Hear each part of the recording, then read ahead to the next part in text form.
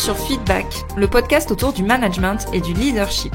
Je suis Elodie, manager depuis 14 ans, et ma mission, c'est d'aider les salariés et entrepreneurs à prendre confiance en elles pour manager sereinement leur équipe. Alors si toi aussi tu es convaincu qu'on peut avoir un management bienveillant et un leadership affirmé sans écraser les autres, abonne-toi. Tu trouveras ici tous mes conseils et retours d'expérience pour t'aider à devenir une des leaders de demain. Je te souhaite une agréable écoute. Bonjour et bienvenue à toi dans l'épisode numéro 39 du podcast Feedback. Et oui, déjà 39, ça passe très très vite. Et dans cet épisode, on va parler de vulnérabilité quand on est leader, quand on est manager et pourquoi ça renforce ton leadership. J'ai souvent entendu des phrases, si tu montres ta vulnérabilité, clairement, tu vas te faire bouffer par les autres. Ou alors, pas question de montrer mes failles à ma direction et mon équipe. Et ça, c'est ce que j'ai pensé pendant très longtemps.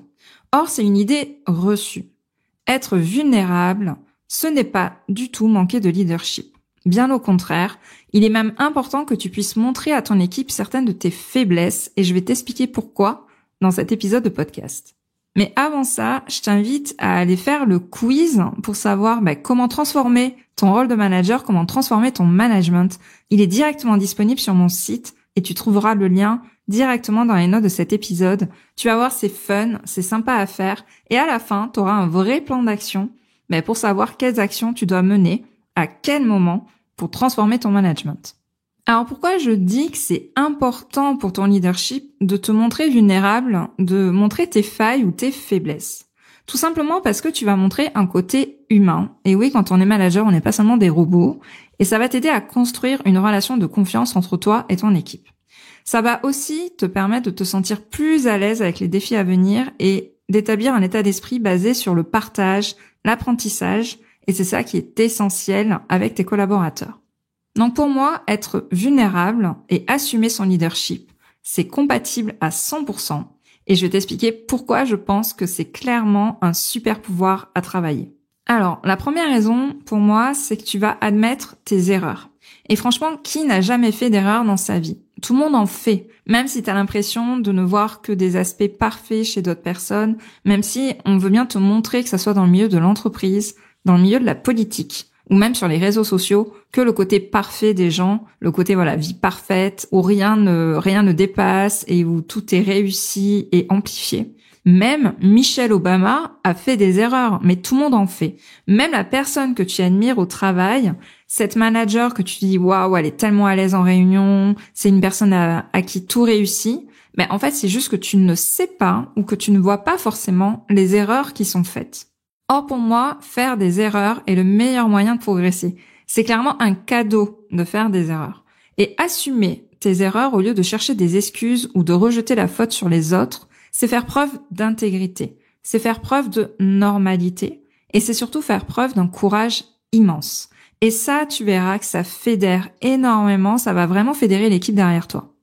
Rappelle-toi combien tes yeux ont brillé quand tu as un manager qui a accepté ses erreurs et qui n'a pas fait retomber les fautes sur son équipe. Ça a dû t'arriver, moi en tout cas je l'ai vécu, où mon manager, il avait fait des erreurs et en fait il le reconnaissait et il l'assumait.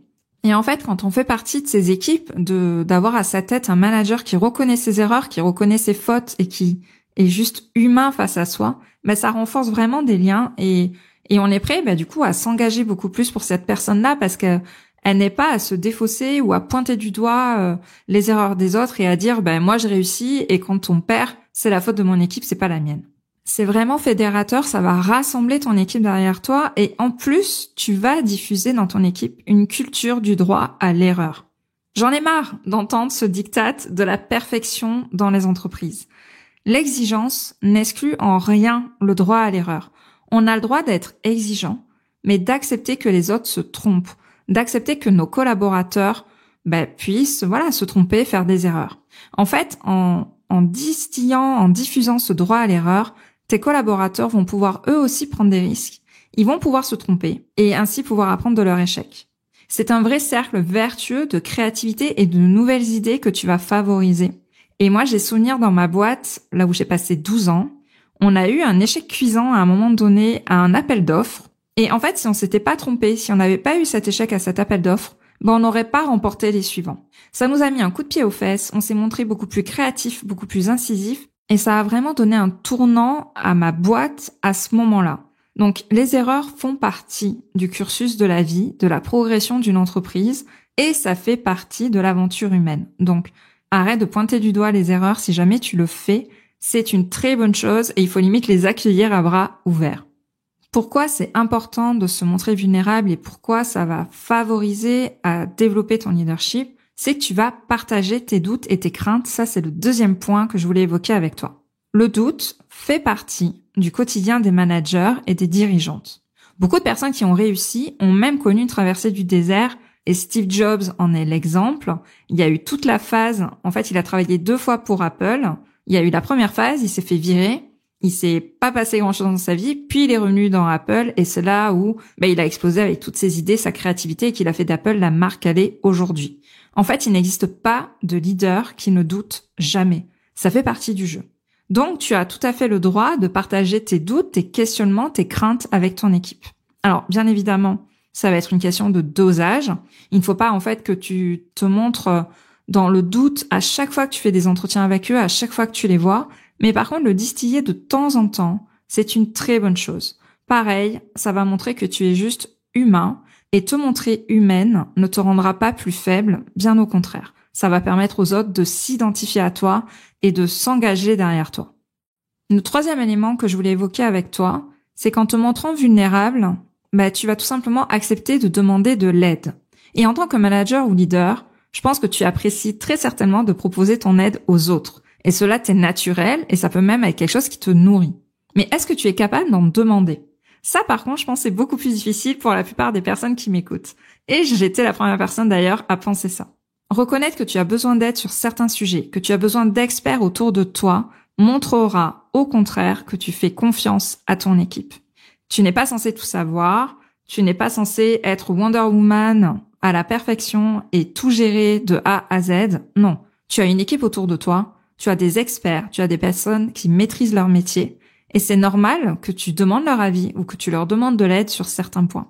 Souvent, je donne ce conseil aux jeunes managers qui arrivent dans une équipe de vieux briscards qui sont là depuis longtemps et qui maîtrisent très bien leur sujet opérationnel. T'es pas là pour leur apprendre le métier. T'es là pour animer et coordonner leur expertise. Et tu es là pour te nourrir de leur expertise. Et ça, en fait, quand tu vas arriver devant quelqu'un et que tu lui dis explique-moi comment tu fais ça ou vas-y, je te laisse gérer ce dossier parce que je pense que tu es vraiment la meilleure personne pour le faire. Mais waouh, la personne va juste se dire mais c'est une super manager, elle me fait confiance. Donc va vraiment là-dedans et ne te pose pas comme la seule personne qui sait, la seule sachante dans ta boîte. Enfin, le 4e élément qui pousse à se montrer vulnérable et à utiliser la vulnérabilité dans ton leadership, c'est que tu te montres accessible et transparente. Tu crois peut-être qu'être une bonne leader, c'est de porter un costume. Celui qu'on a toutes connu et qui fait partie du management des années 90, en mode tailleur, costard, cravate, je mets de la distance avec mon équipe, je me montre froid, il n'y a pas de sentiments, il n'y a pas d'émotion. Ouais, mais garder la distance avec son équipe, ne pas rigoler, ne pas parler de choses perso, de son week-end, de ses voyages, de ses enfants, ça ne va pas t'aider. Être leader, ce n'est pas être qu'une figure d'autorité, ce n'est pas être qu'une figure de pouvoir. Qui a envie d'être géré? Qui a envie de suivre une personne qui est froide et inaccessible? Déjà pas toi, et certainement pas ton équipe. Donc vraiment, enlève-toi ces barrières. Tu es là pour créer un climat de confiance et de transparence avec ton équipe en montrant l'exemple. Donc, sois accessible, sois transparente. Arrête de mettre des barrières, arrête de mettre de la distance. Ça ne va pas t'aider dans ton leadership. Tous ces points vont t'aider, en fait, à te montrer juste humaine, juste, un être humain et non pas uniquement comme une chef. Ils seront ainsi beaucoup plus à l'aise pour partager leur vulnérabilité et inquiétude. Et vraiment, pour moi, la vulnérabilité, savoir montrer ses faiblesses, savoir montrer qu'on est humain, c'est un des premiers piliers pour créer une relation de confiance avec ton équipe. Donc, n'aie pas peur, je t'encourage vraiment là-dedans. Et donc, si on doit récapituler, je t'invite vraiment à admettre tes erreurs, à partager tes doutes et tes craintes, à accepter de demander de l'aide et à te montrer transparente et accessible si tu veux développer ton leadership. J'espère que cet épisode t'aura plu et t'aura mis un petit coup de pied aux fesses et t'aura aidé à balayer certaines idées reçues que tu pourrais avoir sur la posture à adopter vis-à-vis de tes collaborateurs. Si cet épisode t'a plu, je t'invite à me laisser une notation de 5 étoiles sur Spotify, Apple Podcast, Google Podcast, peu importe où tu m'écoutes. Et je te dis en tout cas à la semaine prochaine pour un nouvel épisode. Je te remercie d'avoir écouté cet épisode jusqu'au bout. Si tu l'as apprécié, je t'invite à t'abonner sur ta plateforme préférée et à me laisser un commentaire 5 étoiles. On se retrouve au prochain épisode pour parler management et leadership.